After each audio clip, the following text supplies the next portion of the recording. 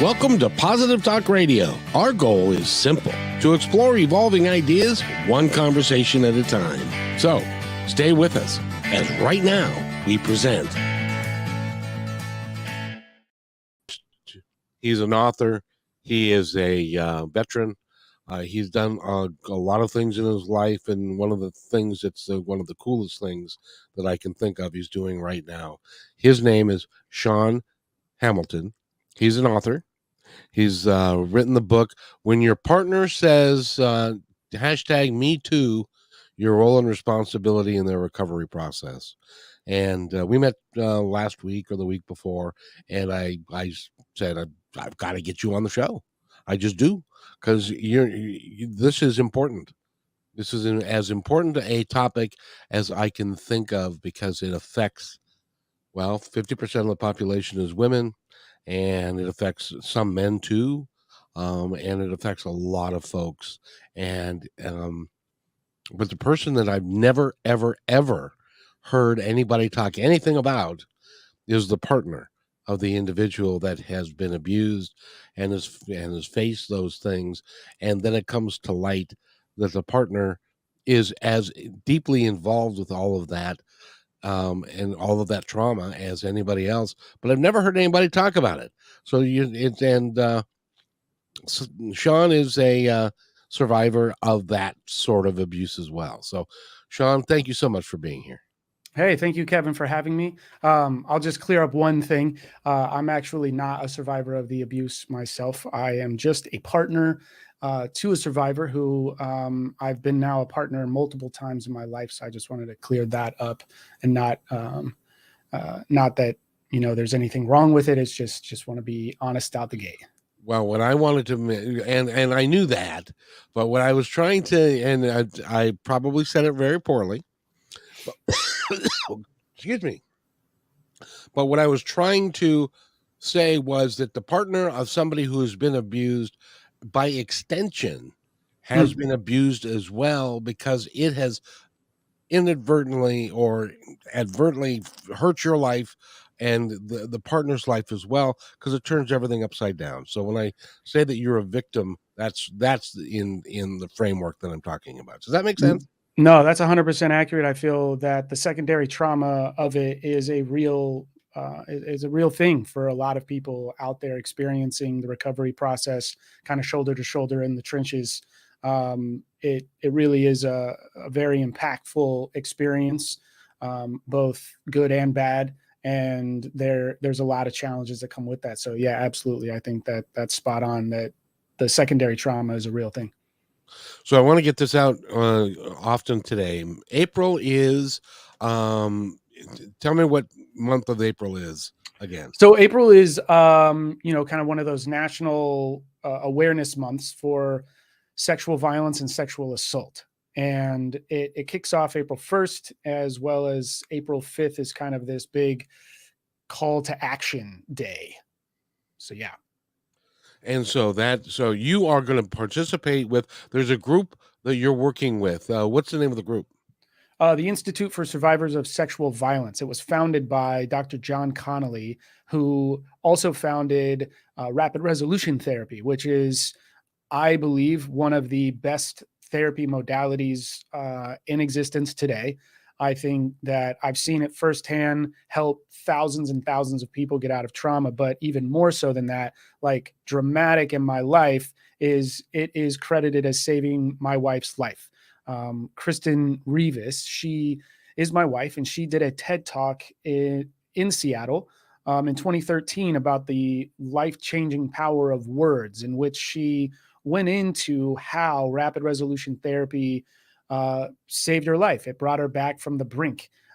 She was experiencing seizures up to 9 times a day. She was in a wheelchair, wearing a helmet. She was experiencing all sorts of neurological breakdowns and symptoms like dystonia and narcolepsy and Tourette syndrome, as well as a whole slew of other things. She was a patient of the Mayo Clinic for over 2 years, and anything that those doctors and nurses and teams of medical professionals tried to throw at it, it would only exacerbate and make her symptoms worse. And it wasn't until she got in to see Dr. Connolly for 1 2.5 hour session of rapid resolution therapy, and she has been seizure free and symptom free for over 15 years now. And that includes not relapsing after the 2 sexual assaults that she's experienced in her life. And, rapid resolution therapy played a very large part in helping her through that recovery process as well. So it's a therapy modality that I will scream from the rooftops. And I'm really proud to be working with the ISSV in raising a bunch of money through the month of April through this book launch of When Your Partner Says #MeToo. We're doing a 50% kind of share of all revenue generated in the month of April goes to the ISSV, so that we can help provide pro bono therapy sessions for survivors of sexual violence through the ISSV. The ISSV is made up of a whole lot of therapists and rapid resolution therapists, and they like to really give back to the community of survivors of sexual violence. So I'm really proud to work with them through this kind of campaign launch. Well, and April's going to be a big month. I think it's going to be important. It's going to be really important. Now, let me ask you though, when did you meet your lovely wife? She wasn't in a wheelchair with a helmet on when you met her, I assume. That is true. No, I met her shortly after I got out of the Navy in Seattle, and we became friends. And I actually got to see her give her TEDx talk in Seattle live, which was really awesome, and then celebrate afterwards. And we've just been friends for probably 4 or 5 years. And then, we were both single at the same time, kind of going through our horror stories of online dating. And we were just kind of together one day riding around in the car, just talking about some of the more funny ones that we had and some of the more tragic ones. And we just kind of looked over at each other and we're like, we share the same values. What if this could work out? And kind of all these years later, it's one of the best relationships I've ever had. So it's been a journey for sure. And a part of that journey, I think, was the fact that she got sexually assaulted 2 weeks into us actually officially starting to date, which just brought with it a whole lot of challenges, which is kind of where this book came from. Now you're a guy. You were in the Navy, and by the way, thank you for your service. Absolutely. Um, did you ever did you ever stop to think that the Me Too movement and what is behind it, the sexual assault, was as prevalent as it is? When you were younger, did that ever cross your mind? Yeah, well, so the first time that I experienced being a partner of a survivor of sexual violence, I was 15 years old. Oh, So brother. I think that was 1998. I met my first girlfriend in high school, and she had experienced a whole lot of child abuse and as well as intimate partner violence, and kind of being a survivor of sexual assault at that point in her life. And so in that relationship, it all started to kind of come out. So it was my first like real understanding that this issue was a real thing. And not only that, but like how it impacted my life, it impacted our relationship. I saw her recovery process and all the pain and suffering that she was going through trying to get on the other side of that. And it wasn't until kind of like years later, like that was kind of the start of my understanding of what was going on. And before the Me Too movement actually like really became like real, in the media and kind of all this exposure, I was actually speaking in high schools, using music there in Washington State, actually in Tumwater at Challenger High School. I had gone and spoke there a couple of years in a row at the art class using a song that I had written about my first girlfriend's experience. And what happened in that classroom was that 3 or 4 kids out of every single class I've spoken at, like dozens and dozens of classes now, every time 3 or 4 kids would stand up to talk about their experiences with sexual violence. And it was at that point that I realized that this problem is really a lot worse than we think it is, and a lot worse than that is being exposed. And it is, I was born and raised in Texas, and it was affecting me 20 years ago in my high school. And then, almost 1,500 miles away in Washington State, 20 years later, I'm in a high school and it's affecting so many kids. I can only imagine that if we were to continue asking these questions throughout high school and getting the honest feedback, that this is a really prevalent issue for sure. And when I think about it, and I go, we talk about the Me Too movement and people that have been sexually abused and stuff, but I wish we talk about the abuser more, Mm. and we were to go and I don't know if help is the right word, but to get them to stop doing whatever it is that they're doing, that they're hurting people. And one of these days maybe we'll have a stop the abuser month or something like that. I Yeah. don't know if that would, because that's isn't that the root cause of all of this? Is it stems from, and it may be generational in my dad did it to my mom, or you know what I mean. Yeah. But it's got to stop at one point, don't you think? I agree. I agree that we have to put a stop to it. I tend to think about it in terms of, I'm not sure that there's a one size fits all answer, which makes it really difficult to approach from a kind of a systematic and institutional way, because it seems that bureaucrats and people that are making laws and policy, they like things to be like nice and neat. And unfortunately, this It's particular messy. yeah, this is real messy because it's, absolutely it has to do with an abuse cycle for some. Others, it's a conditioning from society and how we view women. And there's so many other variables in which play into environments that exist. I think looking at one of the nastiest things that I came across in my research was just the problem of pedophilia and child abuse. And the way that our media kind of talks about it is it's just not valuable in my mind, because of the fact that the problem is so much worse than what they're even talking about. They like to kind of, again, keep it, in this nice, neat package of sensationalism where they can talk about it, from the, like QAnon, for example. They created that conspiracy around it being like Hillary Clinton and George Soros out of some pizza parlor. And it's like, but the media still talks about it in this way of like it's like some sort of satanic cults, which is where the big problem of pedophilia is. And unfortunately, the research just does not support that, because the research makes the problem a lot bigger and a lot worse and a lot closer to home than a lot of people, I think, are willing to sit and look at. Because the Diagnostics and Statistics Manual, the fifth edition that the psychological community's given us, talks about pedophilia being a disorder that affects 5% of the kind of overall population of men globally. And that number becomes really large when we think about the amount of men that exist in the world today. And just kind of rough math, that puts it at around somewhere in the ballpark of 200 million that are affected with this pedophilia. So what that really means when we start to look at it and, really kind of zoom in on this one particular aspect of sexual violence and sexual abuse, we look at it and go, any organization on the planet that gives adults access to children is going to have a problem with abusers trying to infiltrate their organization.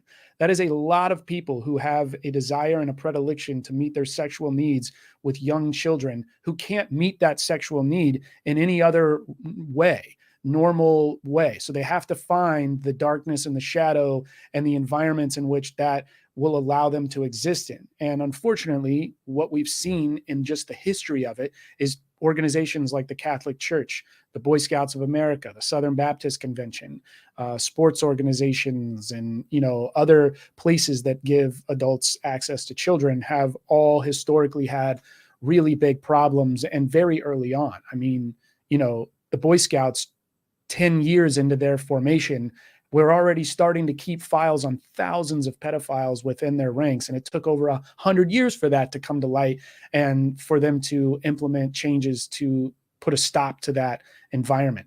And so I think the problem is a lot worse than we're really, as a society, willing to look at. And that's hopefully why I'm out here screaming about it, just so that we can, kind of point a spotlight on a bunch of different areas. Because I think that in order to change and focus on the abuser, we can't, we we can't just think of it in terms of just like a one size fits all answer, because there are a lot of complex variables to this situation. Well, and when you are a pedophile and you're going after an easy target, I mean, kids are not going to say stuff. You can scare them. You can all. I interviewed a gentleman who's an actor in Vancouver, and he went to a Catholic school, and now the Catholic schools are closing in Canada because of the amount of abuse that was there, and it's affected his entire life. It affected his marriage. It affected how he lived, and it started when he was like 6. The kid didn't even have a shot, and it's a terrible thing. And I applaud you for that and to bring that up, because that is one of those dirty little secrets that we kind of put underneath the rug that we don't, because it is horrific. It is Yeah. worse than that, and it's just something that we don't want to, that the nice people don't want to talk about, but it exists. No, I mean, it's a really, really challenging aspect of this to look at. I mean, we create shows like To Catch a Predator and think that, or Law and Order SVU, where we think that there's like a Detective Stabler and Olivia and Ice-T's out there kicking down doors, taking predators off the street. And unfortunately, it's just not like that at the level that we need it to stop the overwhelming amount that it's happening. And one of the really difficult aspects that I found when even just kind of zooming into this issue, even, kind of more than the overwhelming number that there is kind of out there, is that when we look at the FBI statistics around child abuse just here in America, a lot of it is coming from the home. It's coming from the family. It's coming from dads and brothers and grandfathers and uncles, and that becomes increasingly difficult to stop, because when we discuss this concept of rape culture, and we've kind of like teased it a little bit here talking about organizations, but it's this concept that comes up a lot in this conversation, and I think it gets it gets a bad rap because of the political ideology and the division we have in our kind of public discourse at the moment. But if we were to stop and take a look at just that phrase and what it means, and we were to, rather than place it on a country, right, rather than trying to think about it in this really large kind of idea, let's break it down to the very small microcosm of it and realize that a rape culture is present around an individual, like celebrities like Harvey Weinstein and Bill Cosby, people like Larry Nassar at USA Gymnastics, right? Like there was rape cultures that were around him, an environment that was created that kind of knew about the abuse, allowed the abuse to continue for a long time. And even there are people within that space that benefit from, this environment kind of existing. And so when we break it down even smaller, we have to realize that, fear and manipulation and coercion at a family level, when there are people, kind of in the family unit that are, operating with this sense of, domination through fear and manipulation and control, whether through financial means or physical threats of violence, they create an environment around them in which, becomes a rape culture. People in and around their sphere know that this abuse is happening, but there's not really much that's being done. And whether that is a conscious or an unconscious kind of thing that's happening, the statistics are talking about it being very, very prevalent. And just in my time in the high school talking to kids, more often than not, the story was not some, oogie boogie stranger jumping out of the shadows. It was a family member. It was somebody that they knew and trusted that had, taken advantage of a situation. And oftentimes it was over a number of years. And, I think that as you spoke about that person you had on who was abused in the Catholic school at an early age, we have to look at that in terms of, a systemic problem, an institutional problem where they know that this abuse is going on. Like Catholic clergy abuse has been going on for decades. And there is so much evidence about the cover up all the way to the top. And that is an environment that predominantly impacts young boys. And the Boy Scouts was an organization that specifically targeted young boys. And so this is why I want to break people outside of their ideologies sometimes when we talk about this, is because this isn't just like a man versus woman thing. This is not a phrase, rape culture is not a phrase that was just created by the 1970s feminist movement. It's actually a phrase that talks about environments that the threat of rape is real and present, and there is nothing really being done to prevent it. The deterrents go away. An author that I really admire and appreciate, and I read many of his works while I was researching this book, is Jackson Katz, and he is a really incredible voice in this kind of in this space. And he wrote this book called The Macho Paradox, in which he talks about this exercise that he does with men and women in a group setting, where he'll split the room in half. He'll ask the men, guys, what do you do on a regular basis to prevent yourself from being raped or sexually assaulted? And it's met with crickets. Oh yeah. And it's like everybody's silent in the room. The men are like, what? There's kind of this awkward silence until somebody says, don't go to prison. And so he, on his whiteboard, he draws a line, and men, he goes, okay, don't go to prison. And then, he goes over to the women and goes, okay, women, ladies, what do you do on a daily basis to prevent yourself from being sexually assaulted or raped?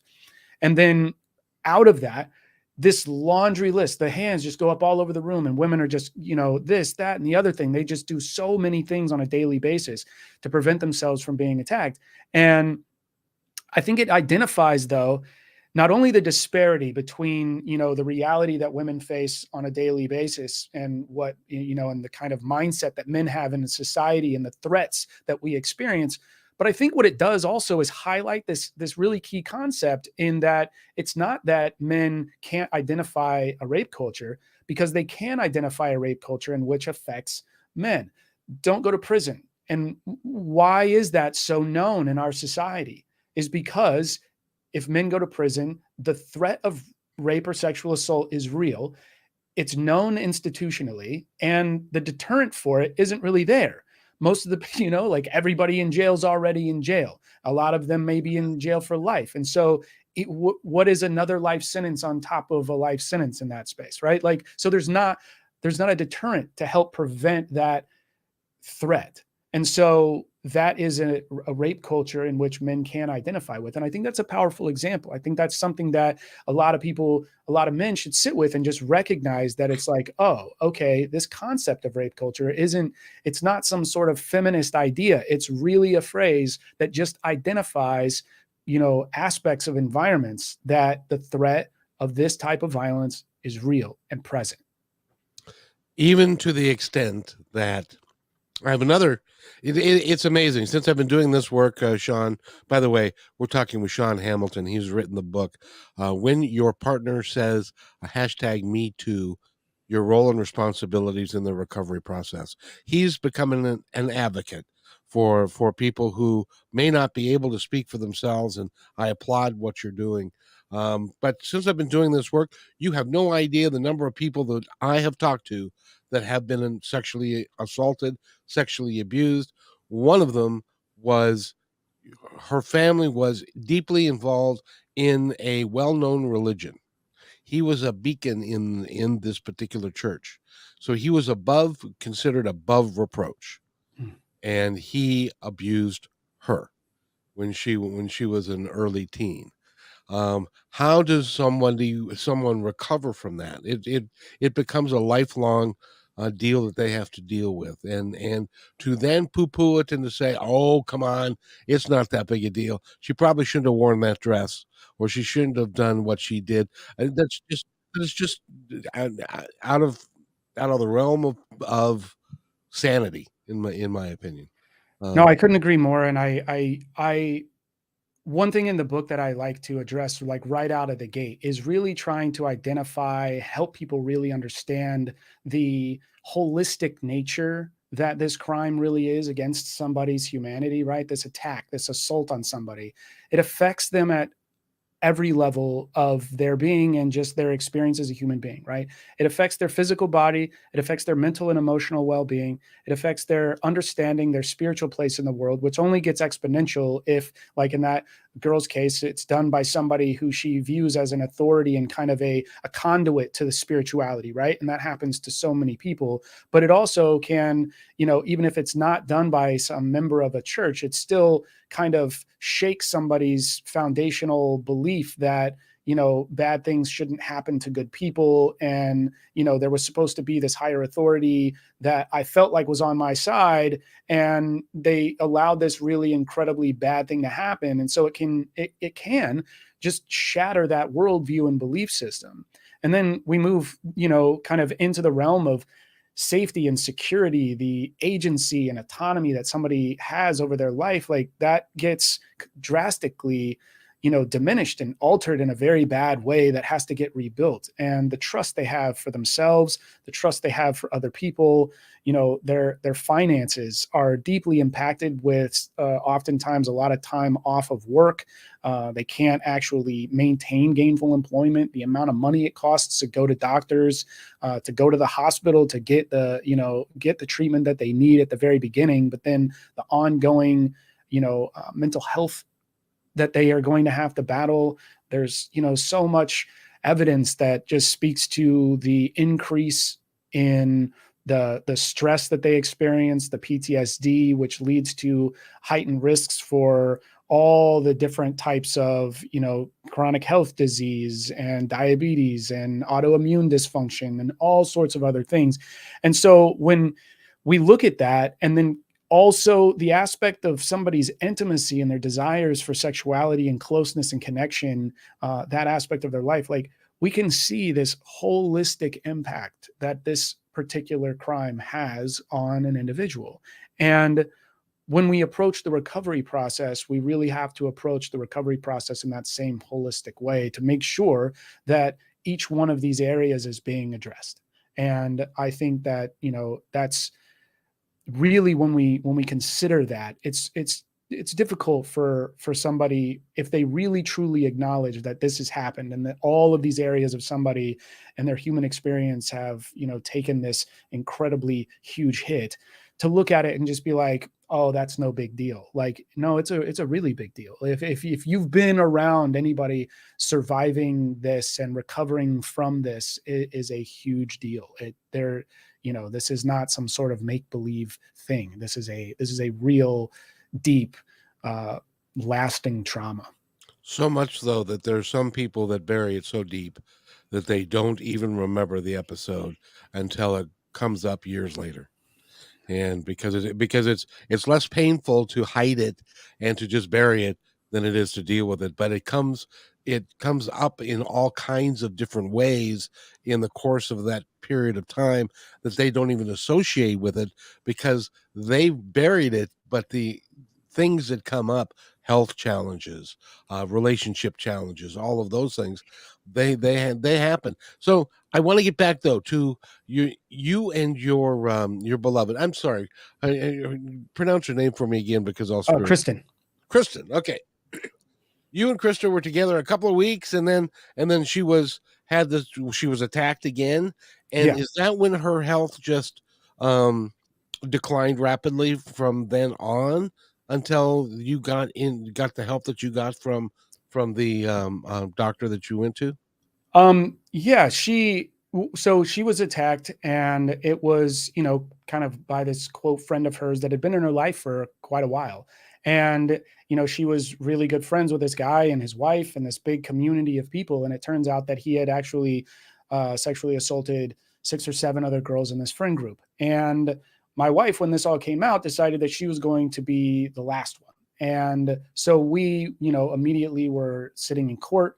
We filed criminal charges and civil charges, and 6 other women came forward to file, kind of their public testimony and file charges and, kind of file this case against this guy. And we experienced the overwhelming trauma that the legal process around this type of violence is, because it's cold, it's compassionless.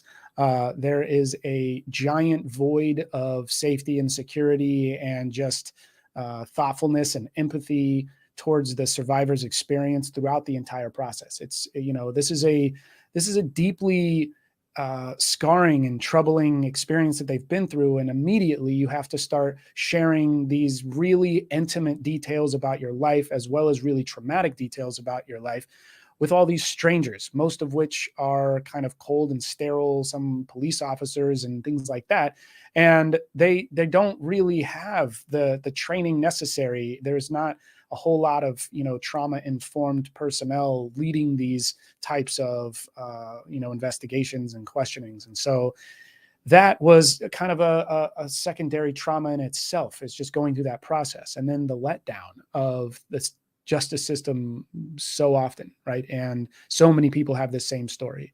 And the King County prosecutor's office dropped the case against the guy, who then no, we were not surprised.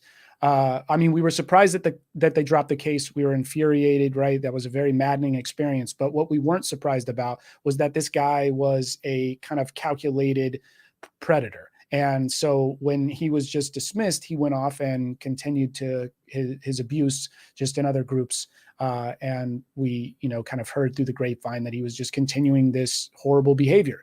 And, I can't help but put that responsibility at the feet of our, system of justice that just betrays so many people through this process. And, yeah, so that was kind of the immediate aftermath. And so there was a lot of pain and suffering that was going on, and the recovery process was in the acute phase.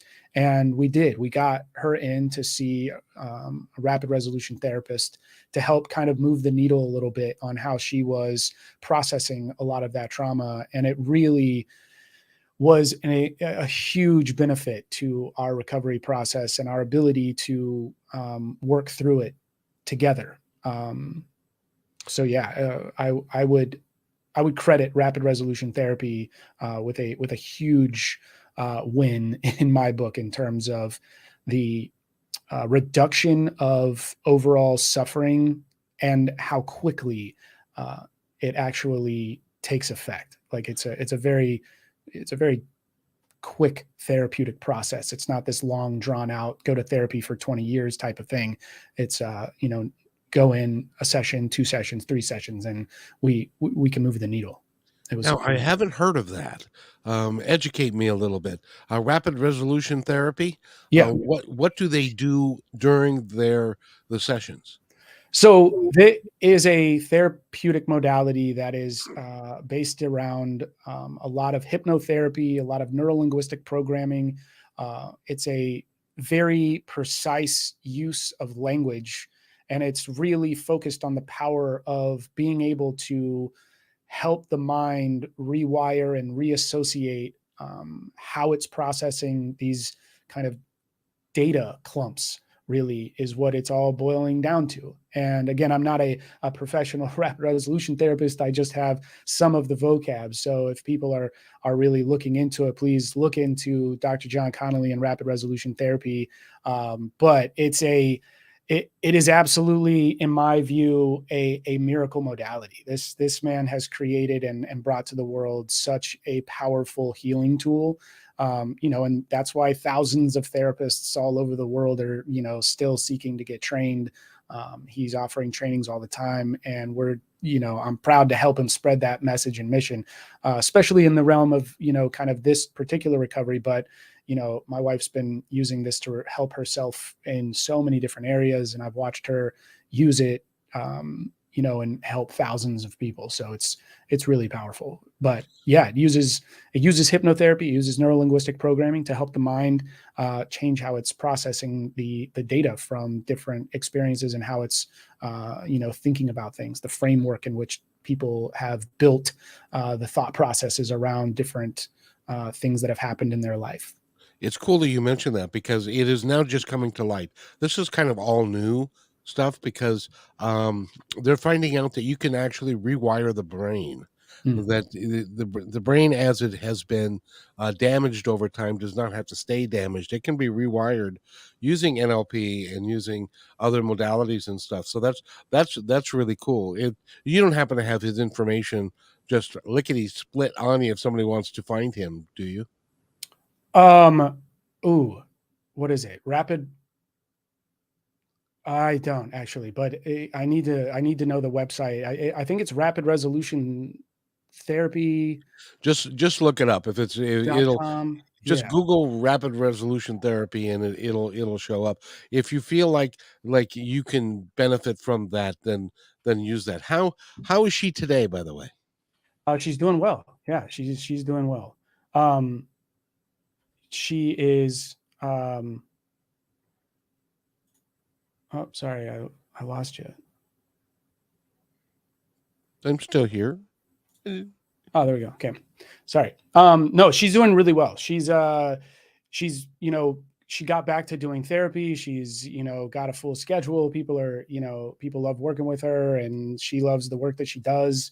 And we've recovered our relationship. It's just been a really difficult, challenging time through the recovery process, but now we're on the other side of it and really, I don't know that the word is excited because it's hard to like feel excited in this space when you're talking about this type of heavy work. But I am hopeful that we can get this message out to a lot of people so that they know that the time in which they spend in suffering does not have to be forever. It doesn't have to be this long process. It doesn't have to be painful. I think that's one of the things that Kristen talked about in her TED talk about, getting healed those many years ago, was that she felt like having to go through the process of dealing with the traumatic grief around her sister's death due to the actions of a drunk driver was going to be this like very arduous process of healing from this deep trauma of showing up to the accident scene and just seeing the kind of horrors that was. She was really afraid that it was going to be something really traumatic, like a lot of different talk therapies kind of just make you talk about what it was like there, and it just wasn't that. She said that she spent the most of the time laughing, and it was a very enjoyable process. And then by the end, she's running around the therapy room backwards, which is one of the big things that used to cause her to have seizures all the time. And so she felt free for the first time in years. And so I can't I can't speak high enough of that. I got to tell you, I believe, and you can correct me if I'm wrong, but I believe that you had a bunch of this stuff happen to you because you have been given a mission, and that mission is to bring light to the world about your book and about the struggles and to really help people get over what they're doing. And you've got the complete package. Not only do you have, you can identify the issues and the problems, but you also got a treatment that will work for, and it sounds like it'll work for a lot of folks. Now I do have a question for you from Dr. Marnie. Shaun, a rapid resolution therapy sounds way very interesting. As a domestic abuse survivor who is focused on healings, finding my voice through writing books, I realized the value of neural linguistics. Would you agree with that? And do you have anything to add to that? No, Marnie, I really appreciate the comment, and I completely agree with you that rapid resolution therapy is interesting, and that the value of neurolinguistics is an incredibly powerful tool that I've seen just so many people get benefit from.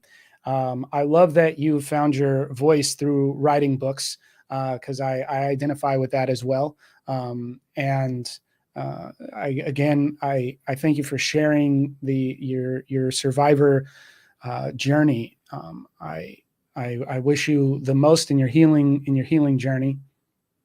And what is this coming through? It says it's mind-boggling that there is so much injustice in our court system. Any advice for those in continual legal struggles? I wish I had advice. There was a time where we were sitting there, and both my wife and I wish that we actually hadn't even gone through that process. To get let down like that uh, was just so disheartening that it actually kind of set back in a lot of ways the recovery process that we had been making. It was just such a giant emotional uh, devastation.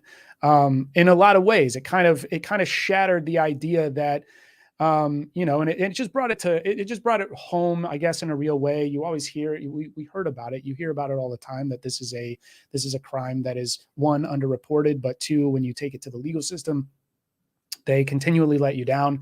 I think we saw through, a whole lot of that time that we were going through this, was a lot of the, Donald Trump's Access Hollywood tape came out in October, like basically like right during that moment is when the King County Prosecutor's Office dropped the case. And just to hear how the public responded to, you know, that tape was just disheartening, that there's just so much nastiness around this, and that people that survive this and go through it aren't believed. And it's just such a hard time. And so I wish I had advice about dealing with the legal system, but I would love to work with like-minded think tank about how we could approach solving this problem privately. Because I think one of the biggest things that I saw through the legal system and through just, the hospital, the medical care,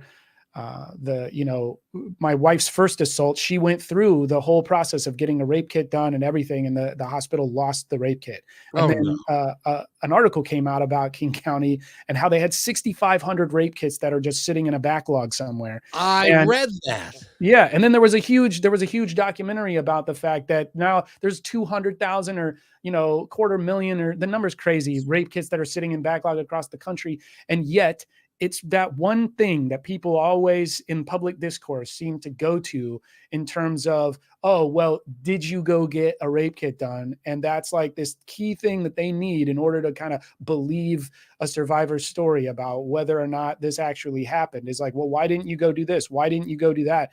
And it's just this, I think people that ask that have no idea. They haven't put themselves in a situation in which you've had this incredibly horrific trauma.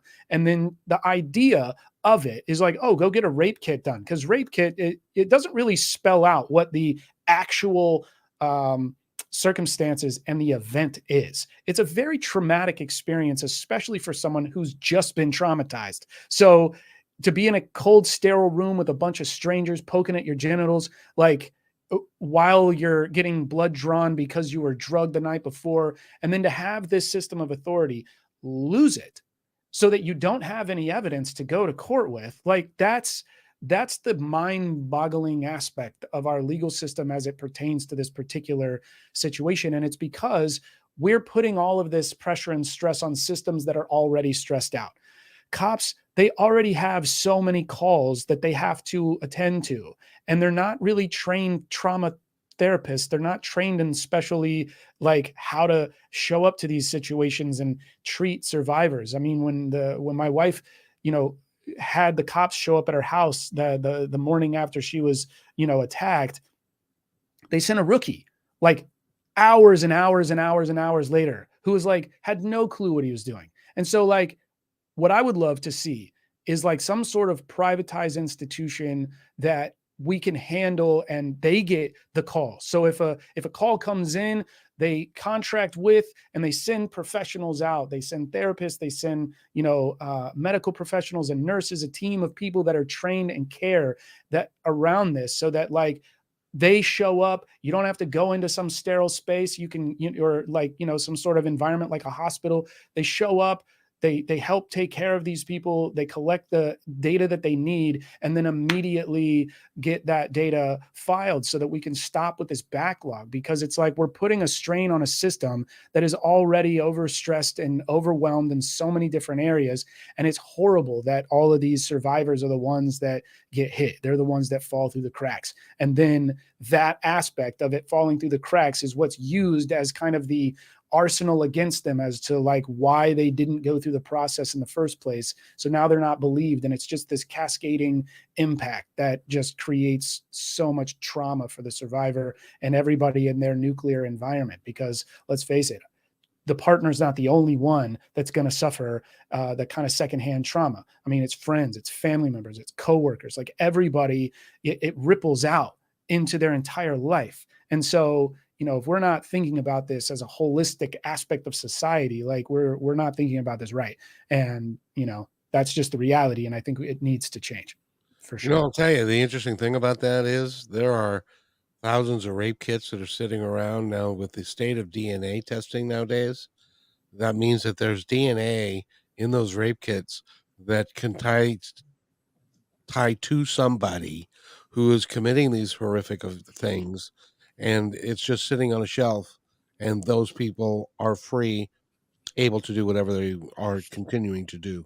Yeah, So and that, what I find crazy is that here's what's nutty about the whole thing, if we think about it logically, is that I can order something online, swab my cheek or take a blood sample or whatever, send it away to a lab, and I can get pretty much any test results immediately almost in my mail and in my email, right? Like we can do 23andMe and find out our entire genealogy. We can connect all of this and we can do this online. And yet, for some reason, rape kits end up in some archaic warehouse just sitting there. Like, it doesn't make any sense with the technology that exists. It's like something somewhere is broken.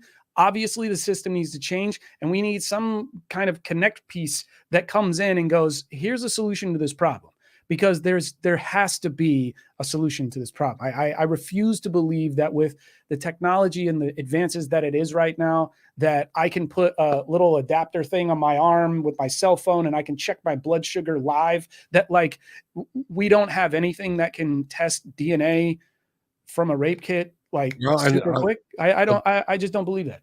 I'll give you an example. I knew a guy that I knew him when he was a cook in a restaurant. And the next time I saw him, he was being led away in handcuffs, because he had just been convicted of murder, because they sent him a a you've won this big prize. All you need to do is lick the envelope and your information back, and you're going to get $10,000 or whatever it was. It was the FBI, and they took the envelope, and the saliva that he licked the envelope with was enough to convict him of killing an 11-year-old girl 15 years before that. And Jeez. it was so that cold case was solved. That we could be doing that all over and nowadays it used to be, all right, it's expensive. It's not expensive anymore. You can find out your relatives from generations, and it doesn't cost very much. So I agree Right. with And you. that's where I think that they're like, when I start to question this, I don't like getting my tinfoil hat on too often, but like when it comes to the research and the weird environment that exists around just the kind of like global concept of, sexual violence and how we address it, there is some weird like opposition that comes up when you start trying to like ask questions about it and trying to figure out why the system is designed this way. And all of a sudden at some sort of institutional level, people start dragging their feet as if like change just can't happen. And I'm like, no, change can happen. It can happen real quick. And we can, like what you were saying, you can find out your genealogy real fast and it's super cheap. So why is there not, when we know that this big ass problem exists, why is there not something that has already come about? And I would love to see it. I would champion it so much that, Well, I can, Sean, I can tell you this. And by the way, we're talking with Shaun Hamilton. He's written the book. I get the book, please. April is a great month to do it. The 5th through the 10th or whatever. And when your partner says hashtag me too, your role and responsibility in the recovery process. That's the name of the book. Pick it up, please, because it's an important work. And I'll tell you, putting my my tin hat on, I can tell you that I think that there's a lot of reasons why those tests are just sitting on the shelf. One of which is nobody really wants to find out the answers. I agree. I think that there, and this is what, okay. So when we were talking about rape cultures, my big kind of pushback to the opposition is I just want to ask the question, who benefits from rape cultures existing? Because if we ask that question and we start getting opposition and we start feeling like this is something that somebody doesn't want to solve, then this is what it just becomes very obvious. It's like, the tinfoil hat might have been on, but it can come off now because we realize, no, there's no real conspiracy theory here. This is really just somebody is working to keep these environments present because somebody is benefiting.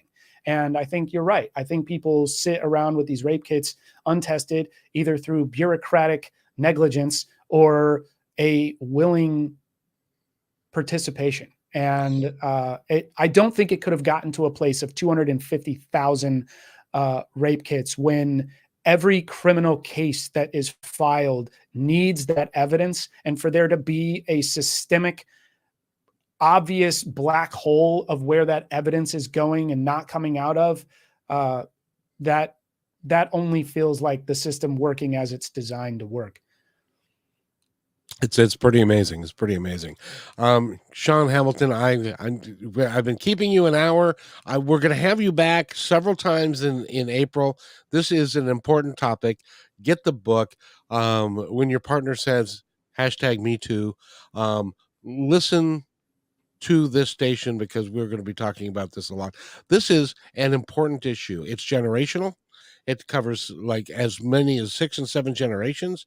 And unless somebody has got the intestinal fortitude to stop it, it's going to continue. And we need to stop it. We're better than this. We can do better than this. And I'm so glad that Kristen is doing better and is feeling good. And you're a man on a mission, and I applaud your mission. Congratulations and thank you for doing it. Oh, thank you, sir. And thank you, Kevin, for having me on. And I look forward to coming back and continuing the conversation. Yes, indeed. We haven't even scratched the friggin' surface. That is true. That is so true. There is so much. And Dr. Marty, I want to thank you for coming on. She's our number 1 fan, and she's an awesome lady. And awesome. Well, thank you so much for your participation, Marnie. I really appreciate it. And Shaun, we'll be in touch after this show, and we'll book several more because April's going to be a big month for you. Awesome. Thank you so much. Thank you. Have a great day, and hold on right where you are. Hey, thanks for enjoying this episode all the way to the end. Please give us a like and subscribe to this channel. This has been a production of PositiveTalkRadio.net. Please visit our website, oddly named PositiveTalkRadio.net, for more details about us and our mission, which is to provide great positive programming designed to inspire us all.